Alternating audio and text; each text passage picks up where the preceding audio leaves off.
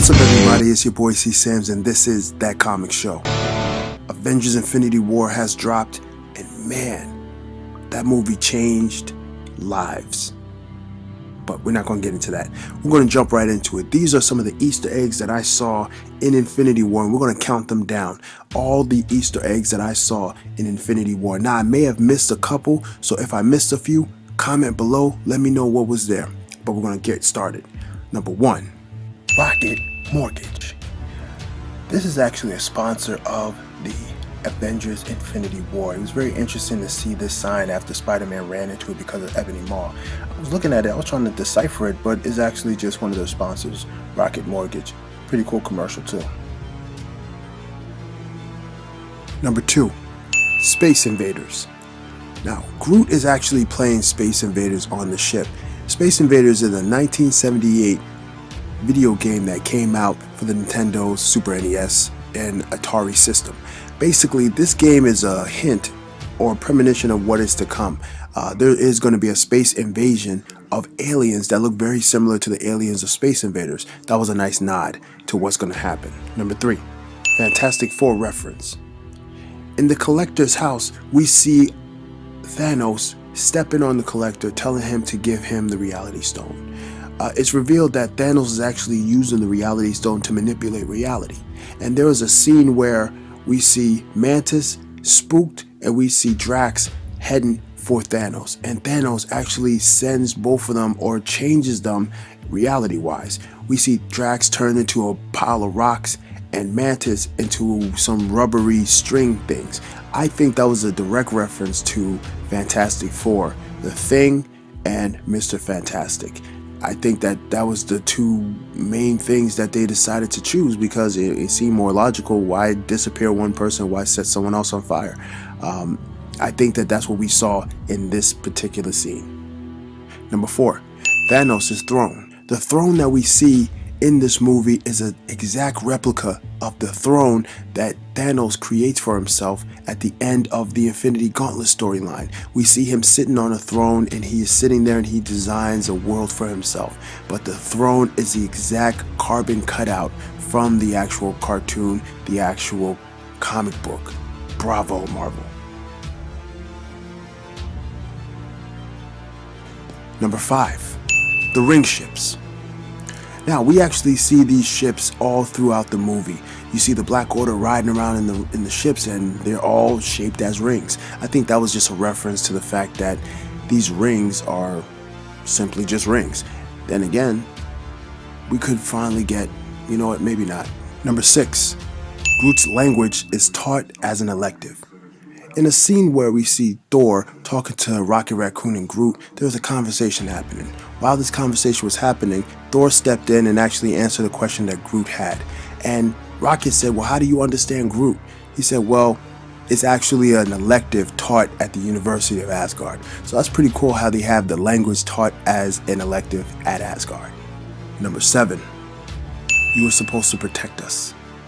In Age of Ultron, Scarlet Witch gives Iron Man and Thor different visions, but very similar themes. Captain America is saying to Iron Man, you were supposed to protect us. You were supposed to protect us, but you didn't protect us.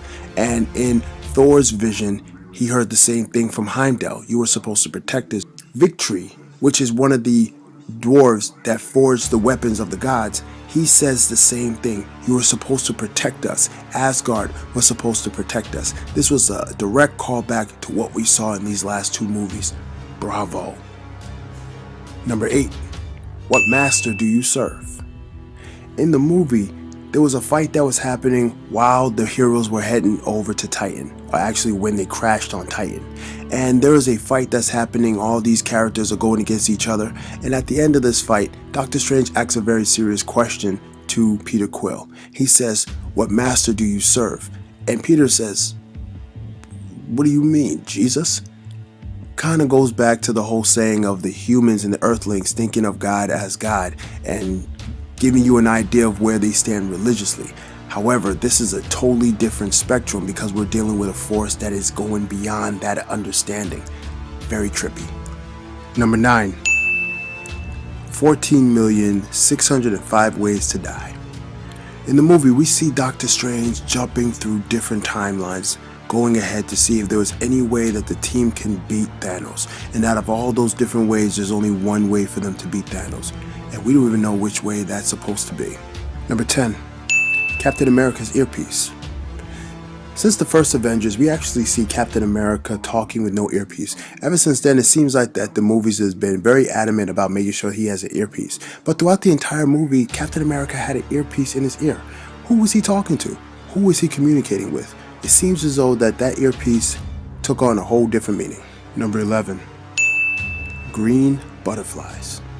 There's a scene in the movie where Thanos is fighting the Sorcerer Supreme, and they're going head to head against each other. And during this time, Doctor Strange changes a blast that comes from Thanos into green butterflies. I'll be real with you, there's nothing behind that. It was pretty interesting to see and to see why they decided to go with green butterflies, but it actually doesn't mean anything. Number 12. Multiple strangers. Doctor Strange actually starts to do a lot of creepy stuff during this fight with Thanos. He transforms his arms and he has multiple arms, kind of look like one of the ancient gods of the Hindu faith. He also changes himself into multiple different Doctor Stranges. We see that in the comic books and in the cartoons. I thought they did a great job in adapting more powers and more ways for Doctor Strange to use his abilities. Number 13. Thanos' force field. In the comic books, we often see Thanos with a force field. He always sits behind a force field and protects himself from the dangers of his enemies behind a force field. Now, we often see this in the movie. There are several scenes where we actually see his force field come up, and I thought that was a real nice way to go back and to pay homage to his original defenses. Number 14. Groot's vines on Thanos. During the Thanos quest, Thanos meets the gardener. They're walking in the garden and he says, "Hey, I need your soul gem." That's what they call him. "I need your soul gem." And the gardener says, "Well, I can't give you my soul gem." But what happened is he ended up getting beat by Thanos. And during this time, the gardener tries to wrap up Thanos in vines to try to keep him isolated, to try to keep him constrained. But Thanos is just too powerful, and we see a nice little homage to that when Groot takes his vines and tries to wrap it around Thanos, and Thanos rips out of them. Awesome. Number 15. In the end credits scene, we actually see Nick Fury and Agent Hill. They are actually driving, and all of a sudden people start to disappear. While they're driving, they're starting to get information telling them that there's multiple bogeys going on in Wakanda. He says, "Call Carol." That's what Nick Fury says. Call Carol, and then that guy crashed in front of them. Basically, this is just a hint to who we're about to see next. Captain Marvel, Carol Danvers, we're going to see her. And we even see that at the end when the beeper shows the icon and the image of Captain Marvel. We're finally seeing her come to the big screen, and her movie drops next year. I can't wait. Number 16. The armor Scarecrow. At the end of the Infinity Gauntlet storyline, we actually see Thanos defeated. Thanos goes back and he goes to this hut, and he's a farmer. You see his armor as a scarecrow sitting there in the field. And that is how we see Thanos at the end of this struggle, because of the influence of the Infinity Stones getting into his head. Now at the end of this movie, where Thanos is actually in his hut and he has completed his mission, you see his armor as the Scarecrow in the corner. I started to go crazy seeing that, and I hope some people saw that too. Now, this part of our Easter eggs is talking about all the people who disappeared in this movie and who they disappeared in front of. Bucky disappeared in front of Captain. T'Challa disappeared in front of Okoro. Groot disappeared in front of Rocket. Scarlet disappeared in front of the dead or shut off Vision.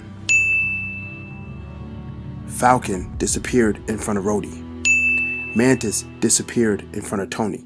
Spider-Man disappeared in front of Tony. Drax disappeared in front of Tony.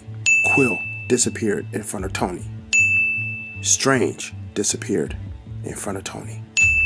All the characters disappeared in front of someone who they connected to. But in the case of Tony Stark, he took on everybody disappearing in front of him.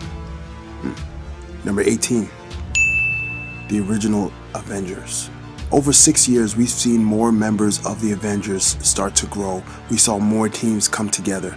Now, at the end of Infinity War, we're left with the original group. We see Iron Man trapped on Titan. We see Thor, Black Widow, Captain America, and Bruce Banner still on Earth. And the original team is there. They're left with the Avengers. What a way to end the movie. In this part of the Easter eggs, we're going to see the planets that the heroes were on. And we're going to just focus on the planets that we just met for the first time. So the first one, Vormir. Vormir is actually the 6th planet in the Helgartar system. The Helgartar system is home to the Worms. And the Worms are actually some mutant race of creatures that live in the universe. They actually look very disgusting, if you ask me. They're ugly. But their first appearance, which is what is very interesting, their first appearance was actually in Avengers 1, 2, 3 in 1974. Now, during this comic book, we also see a lot of characters coming in. We see Mantis, we see Doctor Strange, we see Scarlet Witch, we see Black Panther. All of these characters are actually shown on the front of this comic book, and this is what the story was basically about, all about the origins of Mantis. So that was a little nod to Mantis. Nidavellir. Nidavellir is actually the planet where Victory is located. He is the forger of the weapons that are wielded by the Asgardian kings. And this planet basically circles the dying star, which we talked about in several movies dealing with Thor. His hammer Mjolnir was forged from a dying star, and this is where we are.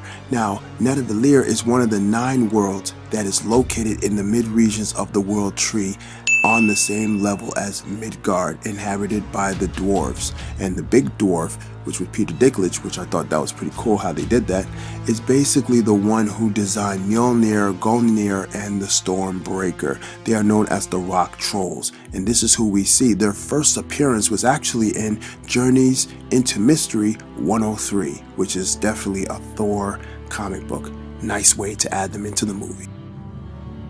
Titan. Titan is actually one of the moons of Saturn, and we talked about this before. I actually mentioned this in our speculation regarding the Infinity War. Now, during this time, we are actually seeing some of the flashbacks that Thanos was so gracious enough to show us with the Reality Stone, showing us how Titan used to be. Thanos was actually created as a mutant. He was a mutant to his people. He came out with purple skin, with the ugly looking chin and all that stuff. And that's who Thanos was. That's exactly who Thanos was. But Thanos became very strong based on his mutation, and he was able to destroy his entire planet. If you look at the story of Thanos, he actually kills his brother and he kills his father during this struggle, and he actually goes and comes back and finishes the job. It's really tricky, his storyline, but Marvel chose not to go that route, and I'm glad they didn't. That's way too much convoluted stuff. Let's just get to the action. Awesome job, Marvel. Awesome. And that's it. Those were all of the Easter eggs that we saw in this movie.